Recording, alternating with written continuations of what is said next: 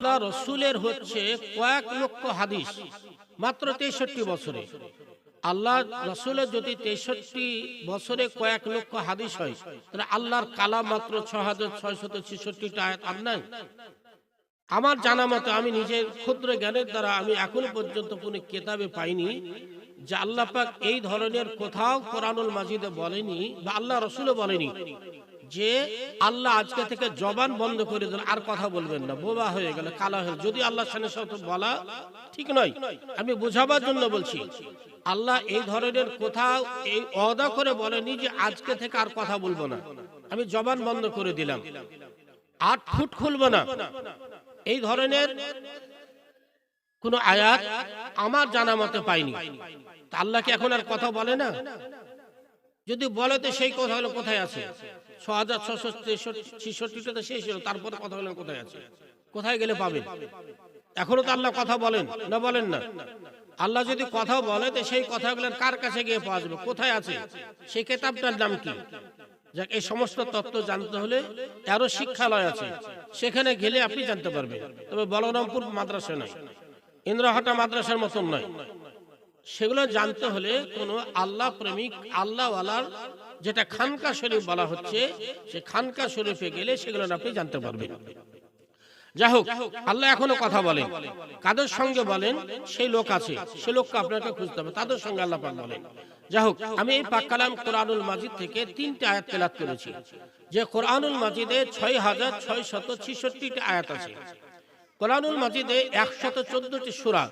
এই সূরাগুলোকে 2 ভাগে বিভক্ত করা হয়েছে। আল্লাহ রাসূল যখন মক্কায় ছিলেন সেই সময় যে সূরাগুলো অবতীর্ণ হয়েছে, এই সূরাগুলোর নাম দেওয়া হয়েছে মাক্কিয়াতুন, অর্থাৎ মদিনা অবতীর্ণ। মক্কা থেকে হিজরত করে যখন মদিনায় চলে যান, সেই সময় কতগুলো সূরা অবতীর্ণ হয়েছে, সেই সময় সূরাগুলোর নাম দেওয়া হয়েছে মাদানিয়াতুন। মক্কায় থাকাকালীন 86টি সূরা অবতীর্ণ হয়েছে। 86টি, 114টার মধ্যে 86টি সূরা মক্কায় অবতীর্ণ হলো। একবারও আল্লাহ পাক ঈমানদারের কথা বলেনি, একবারও বলেনি। আল্লাহ পাক বলেছেন ইয়া আইয়ুহান নাস, অর্থাৎ মানুষের কথা বলেছেন, ঈমানদার একবারও বলেনি। মক্কাতে যখন ছিল তখন 2 প্রকার মানুষ ছিল। একটা ছিল ঈমানদার, যে ঈমানদারের মধ্যে কোনো রকমের ঘাটতি ছিল না, দুর্বলতা ছিল না। আজকে ঈমানদার আমরা যারা দাবি করছি, এই গ্রামে আশা করছি সবাই আমরা ঈমানদার পর্বত করে ভাবছি। এখানে আমরা যারা আছি তারাও আমরা ঈমানদার ভাবছি, সবাই যে আমাদের ঈমান আছে। আচ্ছা, এখানে মিথ্যা কথা বলেন না এমন লোক নাই? মিথ্যা কথা বলেন আছেন কি? আমি কিন্তু মিথ্যা কথা বলি, আপনারা আশা করছি জীবনে বলেন না, তাই তো নাকি?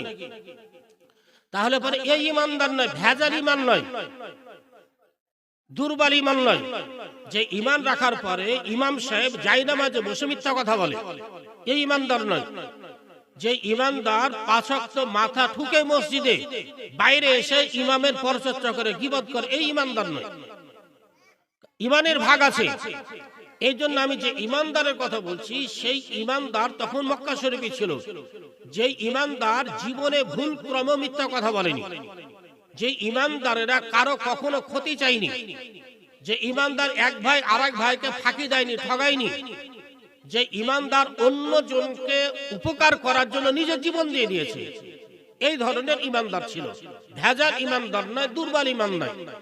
যে ঈমানের দ্বারা অর্থের পিছনে ছুটি, সব সময় টাকার পিছনে, যে ঈমানের দ্বারা মিথ্যা কথা বলি, এই ঈমানদার নয়। আর এই ঈমানদারকে আল্লাহ পাক বলেনি। এই জন্য আমি যেটা বলতে চাচ্ছিলাম, মক্কায় 2 প্রকার লোক ছিল, একটা ঈমানদার, একটা ছিল কাফের। মক্কা থেকে হিজরত করে যখন মদিনায় চলে গেলেন তখন 3 প্রকার মানুষ হলো। একটা ছিল ঈমানদার, একটা ছিল কাফের, আর একটা ছিল মুনাফিক।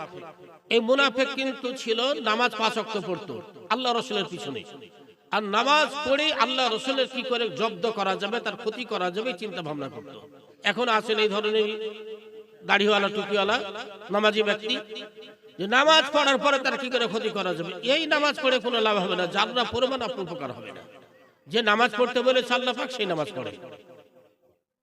আমি যে কথা বলছিলাম, এই মদিনাতে যে 28টা সূরা অবতীর্ণ হলো, আর মক্কায় হলো 86টি।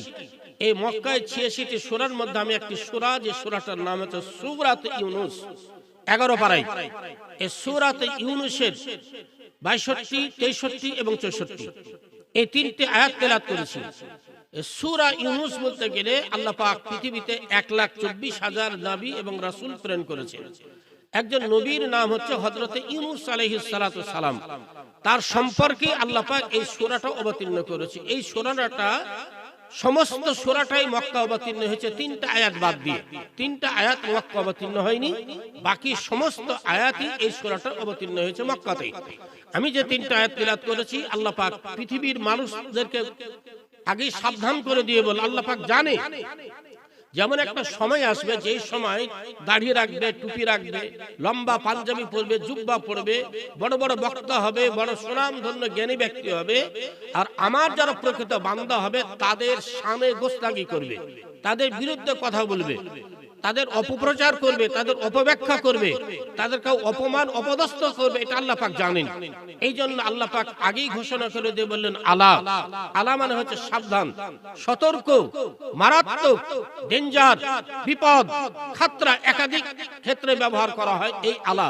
আল্লাহ প্রথমে বললেন ইন্না মানে নিশ্চয়, এত তাগিদ দিয়ে, এত দৃঢ়তার সঙ্গে, এত মজবুতের সঙ্গে আল্লাহ পাক বলেন আউলিয়া। এটা বহু বচন, এক বচন হচ্ছে ওলি মানে বন্ধু। এটা আপনার আমার বন্ধু, মদ খাওয়া বন্ধু নয়, তাস খেলা বন্ধু নয়, ব্যবসা করা বন্ধু নয়। আল্লাহর যারা বন্ধু, আল্লাহ যাদের ইবাদতে খুশি হয়েছেন, আল্লাহ যাদের কথা শুনতে ভালোবাসেন, আল্লাহর কথা শুনতে যারা ভালোবাসে, আল্লাহর ইবাদত করতে যারা ভালোবাসে, এদেরকে বলা হচ্ছে ওলি। আরবিতে বহু বচন হচ্ছেন আউলিয়া, অর্থাৎ যারা বন্ধুগণ আল্লাহর। আল্লাহর যারা বন্ধুগণ তাদের সম্পর্কে আল্লাহ বললেন যে তোমরা সাবধান হয়ে যাও কি থেকে? লা খাউফুন, লা মানে না, খাউফুন মানে তাদের কোনো ভয় নেই, ওয়ালা ওয়া মানে এবং, লা মানে না, ইয়াহজানুন এবং তাদের দুঃখ নাই। যারা আল্লাহর বন্ধু হবে তাদের কোনো ভয় নেই, কোনো দুঃখ নেই, আর তাদের থেকে আল্লাহ পাক সাবধান করতে বলেন। এবার ওলি হবেন কি করে? একজন বড় জুব্বা আর তাসবিহে সুবহানাল্লাহ সুবহানাল্লাহ যায় নামাজে বসে গেলি হয়ে যাবে ওলি, এত সহজ বিষয় নয়। আল্লাহ পাক বলেন ওলি কিভাবে হবে। তারপরে আল্লাহ পাক বললেন আল্লাযীনা আমানু ওয়া কানু ইয়াত্তাকুন। আল্লাহ পাক বলেন আল্লাযীনা মানে যারা, যে সমস্ত মানুষেরা, আল্লাযীনা হুম আল্লাযীনা আমানু যারা ঈমান এনেছে। আমি প্রথমে যেটা বললাম ভেজাল ঈমান হলে হবে না। ঈমান হচ্ছে 5 প্রকার। একটা হচ্ছে ইয়াকিন বিল গায়ব, না দেখে সমস্ত কিছু বিশ্বাস করা। আরেকদের মুখে শুনলাম যে আল্লাহ আছে, জান্নাত আছে, জাহান্নাম আছে, ফেরেশতা আছে, নবী আছে, সব না দেখে বিশ্বাস করলাম। এটা হচ্ছে একেবারে সবচাইতে দুর্বল ঈমান, একেবারে প্রাইমারিতে আপনি পড়ছেন। এই প্রাইমারি থেকে আপনাকে হাই স্কুলে যেতে হবে। এই ঈমান থেকে না দেখে বিশ্বাস করা সমস্ত, এটা হচ্ছে একবারে প্রাইমারি। একটা হিন্দুতে কাজকে মুসলমান হলো, ও সমস্ত কিছু ইসলামে জেনে নেবে তা হয় না। এটা একেবারে প্রাথমিক ভাবে প্রাইমারিতে সে নামটা লেখালো। তারপরে হবে আপনার ইলমুল ইয়াকিন, বিভিন্ন কিতাব পড়ে, বই পড়ে আপনার ঈমানটা একটু উচ্চ স্তরে নিয়ে যেতে হবে। সমস্ত কিছু মানুষের কাছে শুনে শুনে সেটাতে বিশ্বাস করেছেন, তারপর উচ্চ ঈমান, যে ঈমানটা হচ্ছে আপনার হাই স্কুলে গেলেন। আর ঈমান থেকে আপনি হলেন মুসলমান। ঈমানদার আলাদা, মুসলমান আলাদা। এই জন্য ঈমানদারের সঙ্গে মুসলমান আসমান জমিন তফাত আছে। আল্লাহ পাক বলেন ইয়া আইয়ুহাল্লাযীনা আমানুত্তাকুল্লাহা হাক্কা তুকাতিহি ওয়া লা তামুতুন্না ইল্লা ওয়া আনতুম মুসলিমুন। আল্লাহ পাক বলে হে ঈমানদারেরা তোমরা আল্লাহকে ভয় করো, আর ওই পর্যন্ত মরিও না যতক্ষণ পর্যন্ত মুসলমান না হবে। ঈমানদারদেরকে বললেন মুসলমান না হওয়া পর্যন্ত মরবে না, যদি মরো তাহলে তোমার বিপদ আছে। তাহলে ঈমান আনার পর আপনাকে মুসলমান হতে হবে, আর ঈমানটা হবে আপনার এখানে ইলমুল ইয়াকিন, অর্থাৎ পড়ে বিভিন্ন কিতাব পুস্তক দেখে আপনার বিশ্বাসটা আরো বেশি আনতে হবে। তবে সারা জীবন শুধু শুনেই যাবেন আর দেখে যাবেন, শুধু পড়েই যাবেন তা করলে হবে না। তারপরে যে ঈমান, সেই ঈমানের নাম হচ্ছে আইনুল ইয়াকিন, আপনাকে চোখে দেখতে হবে। সারা জীবন শুনছেন আল্লাহ আছে, আল্লাহকে দেখবেন না, 40, 50, 60 বছর ধরে নামাজ পড়ছেন, আল্লাহকে দেখতে পাবেন না, তা হয় না। আল্লাহ পাক বলেছেন আদ জাআকুম বাসাইরু মিন রাব্বিকুম। আল্লাহ পাক বললেন ফালি নাফসিহি। আল্লাহ তাআলা বলল হে আমার বান্দা বান্দীরা, আমাকে দেখার জন্য, আমি আমার প্রত্যেকটা বান্দা বান্দির একটা চক্ষু দিয়েছি, তবে সেই চোখটা কপালের নিচে নয়, নাকের উপরে দুই দিকে নয়। এই চোখটা হবে তোমার হৃদয়ের চোখ, অন্তরের চোখ। এই চোখ যদি তুমি খুলতে পারো, এই চোখের পাতা যদি তুমি একটিবার সরিয়ে দিতে পারো, এই চোখ দিয়ে আমি আল্লাহ, আমি স্রষ্টা, আমার সঙ্গে তোমার দেখা হবে, তোমার সাক্ষাৎ হবে। আল্লাহ পাক আল্লাহ তাআলা বলেছেন, কিন্তু আমরা সেই চোখ খুলতে পারিনি, যার কারণে নামাজ পড়ার পরে মিথ্যা কথা বলি, যার কারণে নামাজ পড়ার পরে হারাম খাবার খাই। যেদিন আপনি একটিবার আল্লাহকে দেখে নিবেন, সেই দিন কিন্তু আপনার দ্বারা জীবনে কোনোদিন মিথ্যা কথা বলা সম্ভব হবে না। শুধু তাই নয়, আল্লাহ রাসূল হাদিস শরীফের মধ্যে বলে দিয়েছেন, as-salatu মি'রাজুল মুমিনিন। আল্লাহ পাক বলল, নিশ্চয় নামাজ, যারা নামাজ পড়ে ভণ্ড নামাজ নয়, লোক দেখানো নয়, লোককে নামাজি বলবে, এই নামাজ নয়। তাড়াতাড়ি করে উজু করে মাথা ঠুকে দিলেন, এই নামাজের কথা আল্লাহ পাক বলেন। আল্লাহ পাক বলেন, লাইসাল বিররা আন তুওয়াল্লু উজুহাকুম কিবালাল মাশরিকি ওয়াল মাগরিব। আল্লাহ পাক বলল, হে পৃথিবীর বান্দা বান্দিরা, পশ্চিম দিকে অথবা পূর্ব দিকে হাজার মাথা ঠুকো, এই মাথা ঠুকে যারা পরিমাণ তোমার কোনো লাভ হবে না। আমাদের এখান থেকে কেবলা হচ্ছে পশ্চিম দিকে, আমরা পশ্চিম দিক করে নামাজ আদায় করি। যাদের কেবলা পূর্ব দিকে, তারা পূর্ব দিকে মাথা করে সেজদা দেয়, পূর্ব দিকে কেবলাকে মাথা করে সেজদা দেয়। আল্লাহ নিজে বলছেন, আমার কথা নয়, আর হাদিসেরও কথা না। হাদিসের মধ্যে কেউ বলবে জয়ীফ আছে, দুর্বল আছে, জাল আছে, এটা বলতে পারে।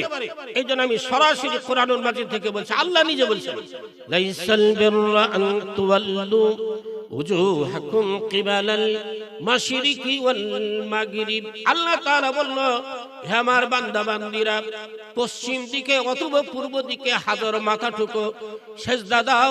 এই সেজদায় জান্নাত পরিমাণ তোমার কোনো উপকারে আসবে না, কোনো উপকার হবে না, কোনো লাভ হবে না এই নামাজ পড়ে।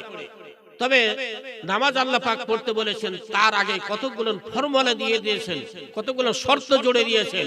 এই কাজ করার পরে যদি তুমি নামাজ পড়ো, তাহলে তোমার সেই নামাজটা কাজে দিবে, তার আগে নয়।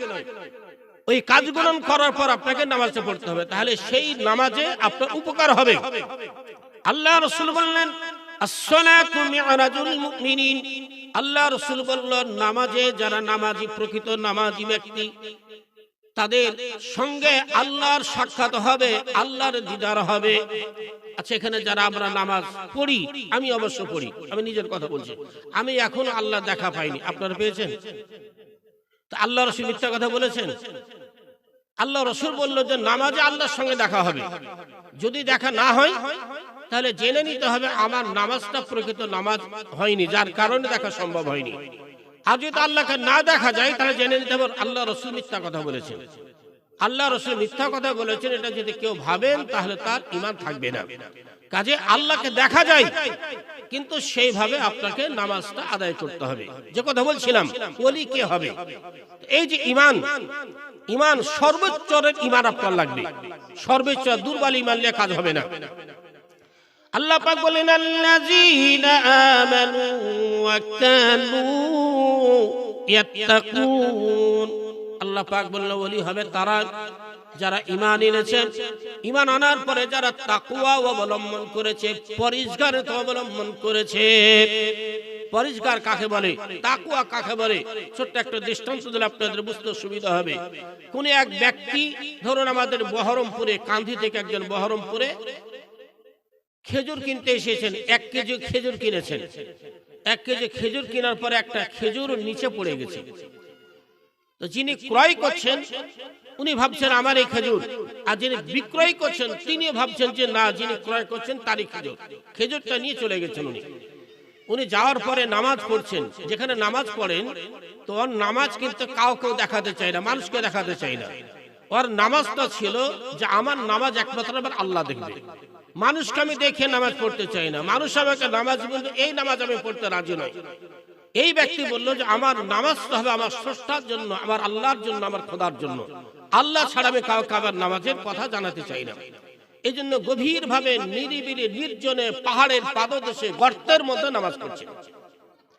উনি নামাজ পড়তে গিয়ে মনে মনে ভাবতেছেন আমার নামাজটা কবুল হচ্ছে না। বুঝতে পারছেন, উনি বুঝতে পারছেন যে নামাজ কবুল হচ্ছে না। আমরা বুঝতে পারি কি নামাজ কবুল হয়েছে কিনা? বুঝতে পারি না। আমরা কোনটা কবুল হয় কোনটা না কবুল আমরা তো সেই জ্ঞানী নাই, কি করে বুঝতে পারবো? নামাজের স্বাদ, নামাজের টেস্ট কি সেটাই তো আমরা জানি না, কি করে বা উপলব্ধি করবো? এই জন্য এই ব্যক্তি মনে মনে ভাবতেছেন আমার নামাজ কবুল হচ্ছে না। মনে মনে সন্দেহ হয়ে গেল, ডাউট হয়ে গেল। এইভাবে একাধিক ক্রমে 40 দিন ধরে রোজা রাখতে শুরু করলেন। লোকালয় বন্ধ করে দিলেন। মানুষজন কারোর সঙ্গে দেখা করে না, কথা বলে না। গর্তের মধ্যে মাথা সিজদা রেখে আল্লাহর কাছে তওবা করে কাঁদে। চোখের পানি ঝরে ঝরে বুকটা তার ভেসে যায়। আর বলে আল্লাহ, আমি বুঝতে পারতেছি যেন আমার নামাজ কবুল হচ্ছে না, মঞ্জুর যেন আমার হচ্ছে না।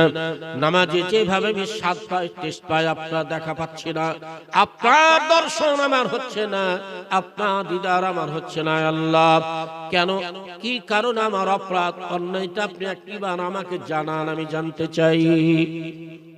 আল্লাহর পক্ষ থেকে ওই গর্তের মধ্যে একটা সংবাদ দিয়ে দেওয়া হলো। এই সংবাদটিকে বলা হয় ইলহাম। যারা ওলি হবেন, আল্লাহওয়ালা হবেন, আল্লাহর পক্ষ থেকে তাদেরকে ইলহাম দেওয়া হবে। ইমানের সর্বোচ্চ স্তরে ইমান যেটা, সেই ইমানের নাম হচ্ছে হুয়াল ইয়াকিন। তার আগের ইমানের নাম হচ্ছে হাক্কুল ইয়াকিন। অর্থাৎ কলেজে যিনি পড়বেন তিনি হবেন হাক্কুল ইয়াকিন। ইউনিভার্সিটিতে পিএইচডি ডিগ্রি যিনি করবেন তিনি হবেন হুয়াল ইয়াকিন। অর্থাৎ যখনই যে কাজ করবে আল্লাহর তরফ থেকে জানতে পারবে যে এই কাজটা আমার ভালো হবে না মন্দ হবে। আল্লাহ পাক, আল্লাহ তাআলা তাকে জানিয়ে দিবেন ইলহামের মাধ্যম দিয়ে। যখন আপনি আল্লাহর প্রকৃত বন্ধু হবেন তখনই কিন্তু সেটা সম্ভব। আর যদি শয়তানের বন্ধু হয়ে যায়, ইবলিস আজাজিলের বন্ধু হয়, কখনো সম্ভব হবে না। এই জন্য 40 দিন পরে তার কলবের মধ্যে, হৃদয়ের মধ্যে, অন্তরের মধ্যে আল্লাহ পাক ইলহাম দিয়ে জানিয়ে দিয়ে বলল, এখন থেকে 40 দিন পূর্বে ওই বহরমপুর বাজারে যার কাছ থেকে খেজুর কিনেছিলি, একটা খেজুর পড়ে গেছে। ওই খেজুরটা তোর খেজুর ছিল না, যিনি ফলের মালিক, ফল বিক্রেতা, তার ছিল এই খেজুরটি। এই খেজুরের মূল্য দেওয়া হয়নি, পয়সা দেওয়া হয়নি। এই খেজুরটা সম্পূর্ণ তোর জন্য হারাম হিসাবে সাব্যস্ত হয়েছে। আর এই হারাম খাবার খেয়ে জীবনে কখনো আল্লাহর ইবাদত কবুল হবে না, মঞ্জুর হবে না। অতএব তুই যদি তোর নামাজ কবুল করাতে চাস, আল্লাহর যদি দিদার পেতে চাস, ওই ফল বিক্রেতার কাছে চলে যা। এই ফলটার পয়সা দিয়ে তার কাছ থেকে একবার ক্ষমা চেয়ে নে, মাপ চেয়ে নে। যতক্ষণ পর্যন্ত ক্ষমা না দিবে, মাপ না দিবে, হাজারো সিজদা দিলে তোর সিজদায় যাররা পরিমাণ কোনো উপকার আসবে না, কোনো কাজ তোর হবে না। এই ব্যক্তি সকালে বেরিয়ে গেল বহরমপুর ফল পট্টিতে এসে যিনি 40 দিন পূর্বে ফল বিক্রয় করছিলেন, উনি ঠিক সেই জায়গায় বসে ফল বিক্রয় করার জন্য এসে হাজির হয়েছেন। এই দাড়িওয়ালা, টুপিওয়ালা, লম্বা পাঞ্জাবিওয়ালা পোশাক পরিধান করা আল্লাহওয়ালা ব্যক্তিটা এসে ফল বিক্রেতার পা জড়িয়ে ধরে কাঁদতেছেন। পা জড়িয়ে ধরে কেঁদে কেঁদে বলতেছেন, হে ফলের মালিক, আপনি আমাকে একটিবার ক্ষমা করুন, আপনি আমাকে একটিবার মাফ করে দিন। ফল বিক্রেতা অবাক হয়ে যায়, আশ্চর্য হয়ে যায়। একজন পরেজগার ব্যক্তি, মাথায় টুপি, মুখে দাড়ি, গায়ে লম্বা জুব্বা, পা জড়িয়ে ধরে কাঁদে। ওই ব্যক্তিকে দাঁড়িয়ে বলে, হুজুর, আমাকে পাপের অংশীদার করবেন না, পাপের ভাগীদার করবেন না, পা দুটো ছেড়ে দেন, পদযুগল ছেড়ে দেন। কেন চোখের পানি ছেড়ে কাঁদতেছেন? ওই বৃদ্ধ বলেছিল, ওরে ফল বিক্রেতা, এখন থেকে 40 দিন পূর্বে তোমার কাছে 1 কেজি খেজুর আমি কিনেছিলাম, একটা খেজুর নিচে পড়ে গেছিল। আমি ভেবেছিলাম ফলটা ছিল আমার, তুমিও ভেবেছিলে ফলটা তোমার, কিন্তু ফলটা আমার ছিল না, ওই ফলটা আপনার ছিল। ওই ফলটা আমি খেয়ে নিয়েছি, ফলের পয়সা দেওয়া হয়নি, মজুরি দেওয়া হয়নি। এই কারণে 40 দিন ধরে আমার কোন তাসবিহ তাহলিল কোন জিকির আজকার কোন নামাজ কবুল হয় না। অতএব আপনি একটা ফলের পয়সা নিয়ে নিন আর আপনি আমাকে ক্ষমা করে দিন। ওই ফল বিক্রেতা মনে মনে ভাবতেছে আমার দোকানে এসে কত ফল বিক্রেতা ফল নিয়ে যায়, একটা করে তুলে খেয়ে নেয়, পয়সা দেয় না। আমি দেখেছি আমাদের গ্রাম অঞ্চলে, আপনাদের গ্রাম হয় এইরকম, ছোট মাছ যারা বিক্রি করতে আসে সাইকেলে করে মাথায় করে, দেখা যায় মায়েরা কি করে 250 মাছ নিল, 250 মাছ নেওয়ার পরে হাড়ি থেকে আবার একটা দুটো মাছ বেশি নিয়ে নেয়, এর পয়সা দেওয়া হয় না। এই মাল হাজারো খেলেও আপনার একটাও সিজদা কবুল হবে না। এই নামাজের ধারে কাছে গিয়ে নামাজ কোনো কাজে লাগবে না। কাজী আপনার যেটা ন্যায্য মজুরি আপনি দিয়েছেন, সেই ন্যায় মজুরির পয়সা দিয়ে আপনাকে খাবার খেতে হবে। যেটার পয়সা দিননি সেই মাল আপনি জোর করে নিতে পারেন না। যে কথা বলতেছিলাম, ওই ফল বিক্রেতা বলল আমার দোকানে বহু ফল অনেকে খেয়ে নেয়, পয়সা দেয় না, মাল মেরে নেয়, পয়সা মেরে নেয়। অতএব আপনাকে ক্ষমা করে দিলাম। এই ঢাকি, এই ফলের আসবাবপত্র, দাড়ি, পাল্লা, কেজি, বাটখারা রেখে দিলাম। জীবন আর কোনদিন এই ফল বিক্রেতার কাজ করব না। এমন কাজ করব যেই কাজ করলে আল্লাহ রাজি হবেন, যেই কাজ করলে আমার স্রষ্টা আমার মালিক খুশি হবেন। ওই পথের পথিক আমি হতে চাই। এই ব্যবসা করব না যেই ফল ব্যবসা করতে গিয়ে কখনো আমার ওজনে যদি কমে যায়, একটা খেজুর যদি কমে যায়, খারাপ খেজুরকে যদি আমি ভালো ফল বলে দিই, এই মিথ্যা কথা বলার কারণে কিয়ামতের দিন আমাকে জাহান্নামে যেতে হবে। অতএব আমি এই ব্যবসার জিন্দেগিতে জীবনে কখনো করব না। এমন ব্যবসা করব যে ব্যবসাতে আমার আল্লাহ পাক রাজি হবেন, আমার আল্লাহ তাআলা খুশি হয়ে যাবেন। শেষ পর্যন্ত ওই ব্যক্তি তাকে ক্ষমা করে দিলেন, চলে গেলেন। যে কথা বলতেছিলাম, এই জন্য আল্লাহ পাক বলেন ওলি কারা হবে, আউলিয়া কারা হবে। আল্লাহ পাক বলেন আল্লাযীনা আমানু ওয়া কানু ইয়াত্তাকুন, যারা ঈমান এনেছে আর তাকওয়া অবলম্বন করেছে, পরহেজগারিতা অবলম্বন করেছে। আমরা এখানে সবাই নামাজ পড়ি, আর নামাজ পড়ে উজুও করি। নামাজের আগে অনেকে বলে যে উজু না করলে নাকি নামাজ হবে না, উজু করতে হবে। উজুর মধ্যে 4টা ফরজ আছে, এটা মৌলবীরা বলে, আমিও বলি অবশ্য। 4টা ফরজের মধ্যে 2 হাত ধুতে হবে কনের সমেত, মুখমণ্ডল ধুতে হবে, 4 ভাগের 1 ভাগ মাথা মাসা করতে হবে, আর পায়ের গোড়ালি পর্যন্ত ধুতে হবে। এই হচ্ছে 4টা উজুতে ফরজ। একটা যদি আপনার ছুটে যায় তাহলে কিন্তু নামাজ আপনার হবে না। আর এই 4টা ফরজ আদায় করে গিয়েও মসজিদে গিয়ে মিথ্যা কথা বলি, নামাজ পড়ি, এই উজু আল্লাহ পাক করতে বলেনি। আর নামাজ হবে আপনার কি? উজু যদি না হয় নামাজ হবে? আগে উজু করতে হবে, তারপর তো নামাজ আপনার হবে। তা আপনার তো উজুই হলো না, নামাজ কি করে হবে?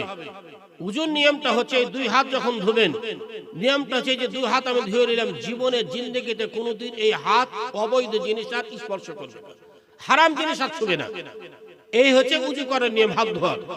এই যে মুখমণ্ডল আমি ধুচ্ছি, মুখের মধ্যে চোখ আছে, নাক আছে, মুখ আছে, কান আছে, এই জবানের দ্বারা কোনোদিন অশ্লীল কথা বের হবে না, হারাম জিনিস আমার মুখের মধ্যে ঢুকবে না, কানে খারাপ জিনিস শুনবে না, চোখের দ্বারা খারাপ জিনিস দেখবে না, যেটা কোরআন হাদিস নিষেধ করেছে সেই জিনিস জীবনের জিন্দেগিতে কোনোদিন দর্শন করবে না। মুখের দ্বারা কোনোদিন হারাম জিনিস খাবে না, হারাম কথা বলবে না, অশ্লীল কথা বলবে না, কানের দ্বারা খারাপ জিনিস শুনবে না। এই মুখমণ্ডল ধুতে হবে, উজু করার নিয়ম হচ্ছে এটা। 3 নম্বর হচ্ছে মাথা মাসা করতে হবে 4 ভাগের 1 ভাগ। এই মাথা মাসা করার মধ্যে হচ্ছে মাথার মধ্যে যে ব্রেন, মস্তিষ্ক, মগজ রয়েছে, যে মগজ যদি না থাকে, মস্তিষ্ক যদি আপনার ঠিক না থাকে, আপনি পাগল হয়ে যাবেন। এই ব্রেন, এই মস্তিষ্ক, এই জ্ঞান, এই বিবেক, এই বুদ্ধি মাথা মাসা করার জন্য হচ্ছে নিয়মটা হচ্ছে আমার যে ব্রেন, আমার যে বুদ্ধি, আমার কাজ হবে 24 ঘন্টা মানুষের কি করে উপকার করব, মানুষের কল্যাণ কামনা করব, কোন মানুষের কখনো ক্ষতি করব না, কোন মানুষের অন্যায় করব না। সে একজন অমুসলিম হোক, সে আমার ভাই হোক, আমার প্রতিবেশী হোক, সে আমার দুশ্মনী করলো, সে আমার প্রতি অত্যাচার করলো, আমার প্রতি নির্যাতন করলো, আমি তার ক্ষতি করব না। আমি সব সময় তার কি করে ভালো করব, তার কি করে তার ভালো কাজে সহযোগিতা করতে পারবো। এই জন্য এই মাথা মাসা করতে হবে। 4 নম্বর হচ্ছে পায়ের গোড়ালি ধোয়া, মানে এই পা কখনো হারাম জায়গা যাবে না, অবৈধ জায়গা কখনো এক কদম অগ্রসর হবে না। এইভাবে উজু করে আপনাকে নামাজটা আদায় করতে হবে। আল্লাহর ওলিরা যারা তারা এইভাবে কিন্তু উজু করেন, আর উজু করার পরে তো এইভাবে নামাজটা পড়েন, যার জন্য তাদের নামাজে তারা আল্লাহকে দেখতে পান। আল্লাহ পাক তাদের সম্পর্কে বললেন, লাহুমুল বুশরা ফিল হায়াতিদ দুনিয়া ওয়া ফিল আখিরাহ। আল্লাহ পাক বলল তাদেরকে লাহুম মানে তাদের, বুশরা মানে সুসংবাদ দিলেন, খুশখবর দিয়ে বললেন। আল্লাহ পাক তাদেরকে খুশখবর দিলেন কাদের? যারা আল্লাহর ওলি হবেন, যারা আল্লাহর বন্ধু হবেন। আল্লাহর বন্ধু হওয়ার জন্য আল্লাহ পাক শর্ত বলে দিয়েছেন। এই সমস্ত শর্তাবলী যাদের মধ্যে থাকবে তারা ওলি হবে, আর যারা ওলি হবে তাদের সম্পর্কে আল্লাহ পাক সুসংবাদ দিয়ে বললেন, ফিল হায়াতিদ দুনিয়া ওয়া ফিল আখিরাহ। আল্লাহ পাক তাদেরকে সুসংবাদ দিয়ে বললেন, হে আমার ওলি বান্দারা, ওলিয়ারা, তোমাদের দুনিয়ায় জিন্দেগিতে কোনো চিন্তা নেই, আখিরাতে কোনো চিন্তা নেই। দুনিয়া যতদিন বাঁচবে তোমাদের ভয় নেই, ডর নেই, খৌফ নেই, দুঃখ নেই। মৃত্যুর পরে কিয়ামতের দিন তোমাদের কোনো চিন্তা নেই। কারণ আল্লাহ পাক বললেন, লা তাবদীলা লিকালিমাতিল্লাহ। আল্লাহর ওয়াদা জীবনে কোনোদিন মিথ্যা হয় না। আল্লাহ যে কথা বলেন হক কথা বলেন। আল্লাহর ওয়াদা কখনো খেলাফ হবে না, আল্লাহর প্রতিশ্রুতি ভঙ্গ হবে না। আল্লাহ পাক তার ওলিদের শানে, তার বন্ধুদের শানে, তার আউলিয়া কেরামদের শানে আল্লাহ পাক এই সুসংবাদ দিয়ে বললেন, যালিকা হুয়াল ফাউজুল আযীম। আল্লাহ পাক বলে দিল, কিয়ামতের ময়দানে, ময়দান মাহশরের দিন যারা আমার ওলি হবে, যারা আউলিয়া হবে, তাদেরকে সেই দিন সফল কাম স্বরূপ মহা পুরস্কারে পুরস্কৃত করা হবে। তাদেরকে এত পুরস্কার দেওয়া হবে, এই ওলিদের সংস্পর্শে যারা থাকবেন, ওলিদের সম্মান যারা করবেন, ওলিদের সম্পর্কে যারা ভালো চিন্তা ভাবনা করবেন, ওলিদের মাহফিলে যারা আসবেন, ওলিদের সহচর্যায় যারা থাকবেন, কিয়ামতের দিন আল্লাহ পাক সেই ওলিদেরকে পারমিশন দিবেন, অনুমতি দিয়ে বলবেন, হে আমার আউলিয়া, হে আমার বন্ধু, হে আমার দোস্ত, দুনিয়ায় তোমার সঙ্গে যারা সম্পর্ক করেছিল, তোমার যারা ইত্তেবা করেছিল, তোমার সঙ্গে যারা মহব্বত করেছিল, তোমার মাহফিলে যারা এসেছিল, তোমার কথাবার্তা যারা শুনেছিল, তোমার কাজে যারা সহযোগিতা করেছিল, আমি আল্লাহ তাআলা কথা দিলাম, যান চলে যান। তাদের একটিবার বেছে বেছে আপনি তাদেরকে জান্নাতি বেহেশতে একটিবার পৌঁছে দেন। আল্লাহ পাক ওলিদের শানে এই খুশখবরি, এই সুসংবাদ কিয়ামতের দিন দিয়েছেন। অতএব আমরা এখানে যারা উপস্থিত আছি, আশা করি সবাই আমরা ওলিতে বিশ্বাস করি। আল্লাহ পাক, আল্লাহ তাআলা যেন আমাদের সকলকে দুনিয়া থেকে যাওয়ার পূর্বে একজন আল্লাহওয়ালা, একজন কামিল, একজন হক্কানি ওলির সংস্পর্শ থেকে বায়াত গ্রহণ করে মুরিদ হয়ে দুনিয়া থেকে যেন যেতে পারি। আল্লাহ পাক, আল্লাহ তাআলা যেন আমাদের সকলকে সেই রকম তৌফিক দান করেন। এই বলে আমি আমার বক্তব্য শেষ করলাম। যদি বলার মাধ্যমে ভুল ভ্রান্তি হয়ে যায়, অনুগ্রহ করে ক্ষমা করবেন। সকলে মিলে এবার দরুদ পড়ুন, আল্লাহুম্মা